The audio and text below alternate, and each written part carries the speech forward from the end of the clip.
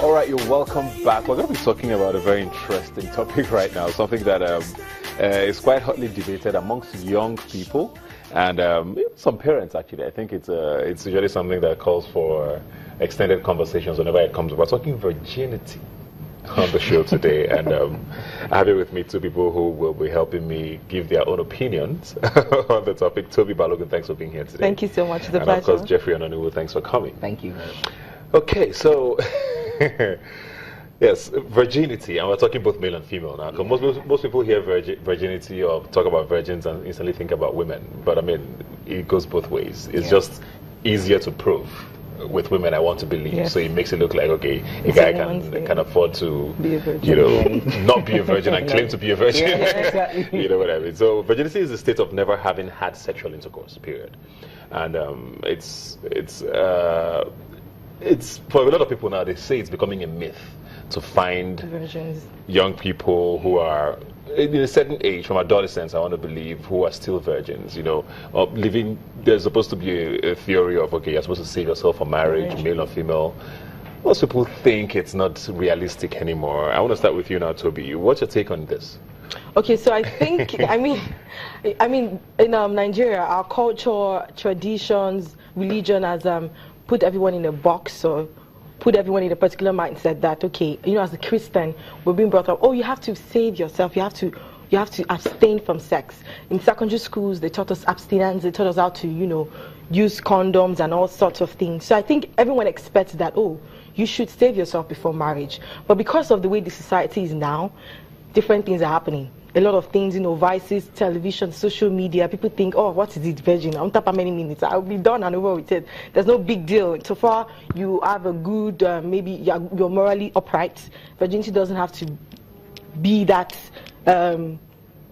topmost mark for you to be a very good person. But all in all, I think it's still possible. A lot of, I have a number of friends that I think they are still virgins. So I like how you're not talking about yourself. Well,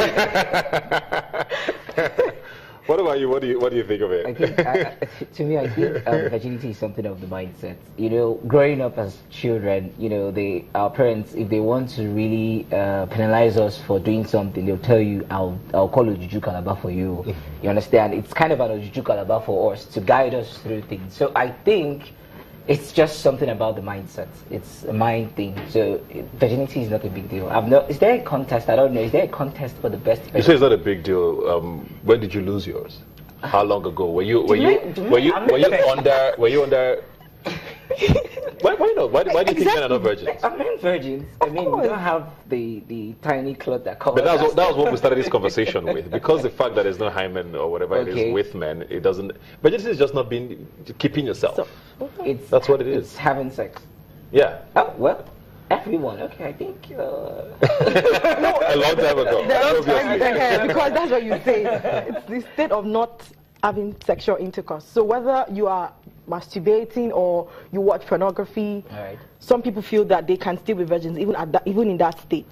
Yeah. But some people think, oh, if you engage yourself, if you masturbate as a guy or as a girl, or you watch pornography, or you do some other, maybe oral or whatever type of sexual habits, you are not a virgin. So like he said, I think it's all about the mindset. But coming from a Christian background and from the things I hear daily and people I associate myself with, they always say purity, sexual purity is the state of your entire well-being. I know they say the body is the temple of the Holy Ghost.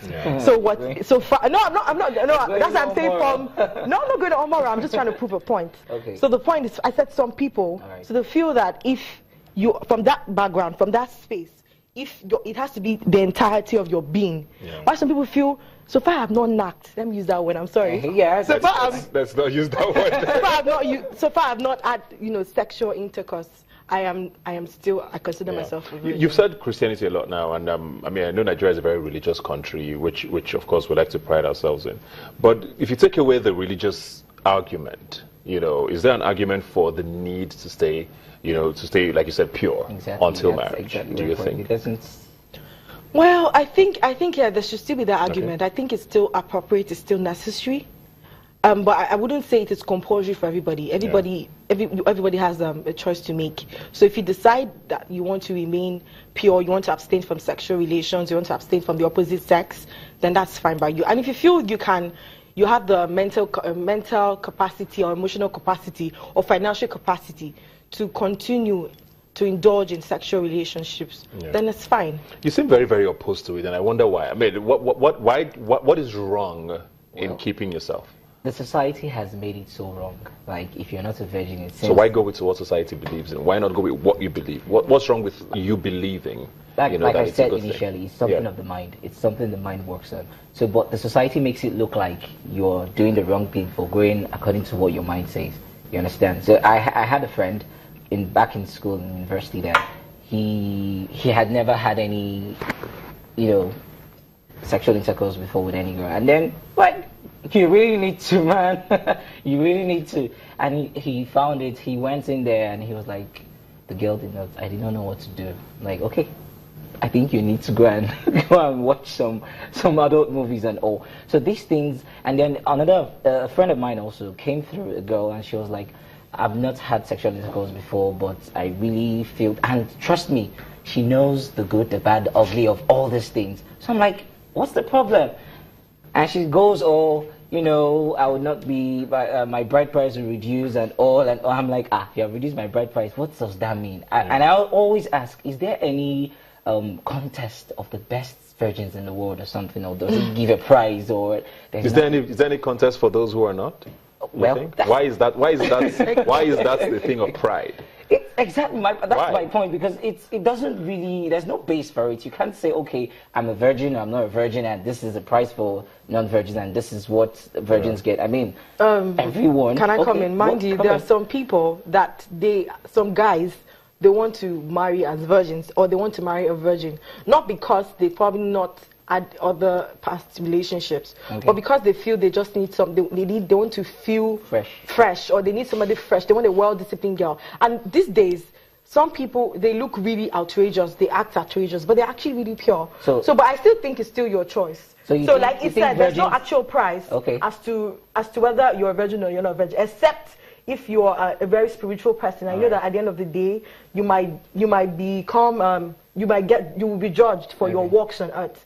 So, but I mean, there is no particular that the Bible says do not fornicate and do not commit adultery. So when we go there, we would understand the entirety of the matter. But I still think it's a choice to make, and regarding where you are from or who you relate with, that would determine also the kind of choice you make at the end of the day. No.